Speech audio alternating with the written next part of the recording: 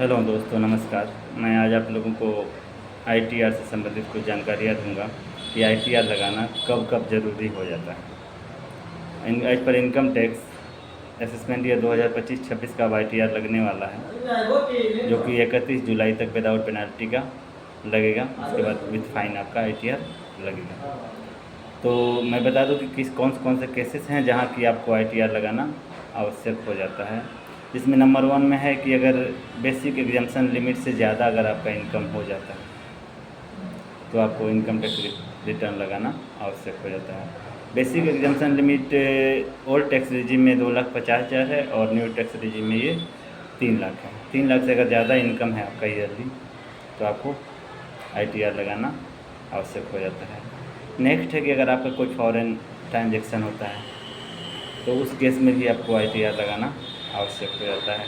Next case है कि अगर आपका करेंट अकाउंट है और करेंट अकाउंट में ईयरली आपका ट्रांजैक्शन 1 करोड़ से ज़्यादा हो जाता है, उस केसेस में आपको आईटीआर लगाना मैंडेटरी हो जाता है। इसके बाद है कि अगर आपका सेविंग अकाउंट है, सेविंग अकाउंट में अगर आपका ट्रांजैक्शन साल में 50 लाख से ज़्यादा हो जाता है तो उस केस में आपको इनकम टैक्स रिटर्न लगाना आवश्यक हो जाता है।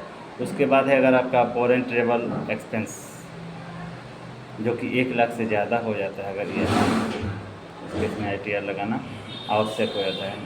नेक्स्ट है आपका कि इलेक्ट्रिसिटी बिल एक्सपेंसेस जो इलेक्ट्रिसिटी का ईयरली है वो 1 लाख से ज़्यादा है अगर आपका, उस केस में भी आईटीआर लगाना आवश्यक हो जाता है।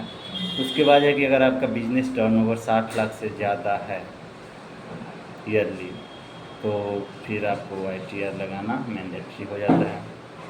अगर आप कोई प्रोफेशन करते हैं और प्रोफेशनल टर्नओवर आपका 10 लाख से ज़्यादा ईयरली है तो उस केस में आईटीआर लगाना आपका मैंडेटरी हो जाता है।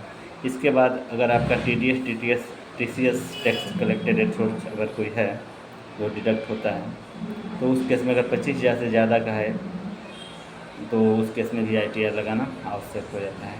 उसके बाद है अगर इनकम टैक्स रिफंड अगर मान लीजिए कोई अगर जॉब प्राइवेट जॉब करते हैं या फिर गवर्नमेंट जॉब करते हैं तो सरकार हो या फिर कंपनी हो, आपका जो इनकम होता है उससे टैक्स डिडक्ट करके आपके पेन नंबर पे जमा कर देती है। या फिर बैंक में अगर आपका एफडी है उसमें जो इंटरेस्ट आता है उस पर टीडीएस बैंक डिडक्ट करके आपके पेन नंबर पे जमा कर देती है। उस केस में अगर आपको रिफ़ंड चाहिए होगा तो आपको फिर आईटीआर के थ्रू उसका रिफ़ंड को क्लेम करना पड़ेगा। तो आईटीआर आप लगाकर रिफ़ंड क्लेम कर सकते हैं, वहाँ पे भी आईटीआर आपका ज़रूरी हो जाता है। इसके बाद है कि आपका अगर वीज़ा अप्लाई करते हैं आप तो उस केस में आईटीआर लगाना आवश्यक हो जाता है। टेंडर फाइलिंग करना चाहते हैं जब करते हैं तो आईटीआर लगाना आवश्यक हो जाता है।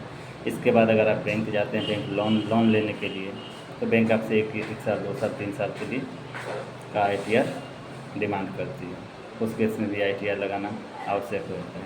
तो ये सारे केसेस हैं जहाँ की आपका आईटीआर लगाना ज़रूरी हो जाता है। तो इससे आप लोगों को बहुत सारी जानकारियाँ मिली होंगी। अगर और कोई कुछ जानकारी चाहिए तो आप हमको कॉल कर सकते हैं, व्हाट्सएप कर सकते हैं। मेरा नंबर है 7003805515। और फिर मैं कुछ और नई जानकारियाँ आपको नए वीडियो में फिर दूँगा। इसके तब तक के लिए थैंक यू।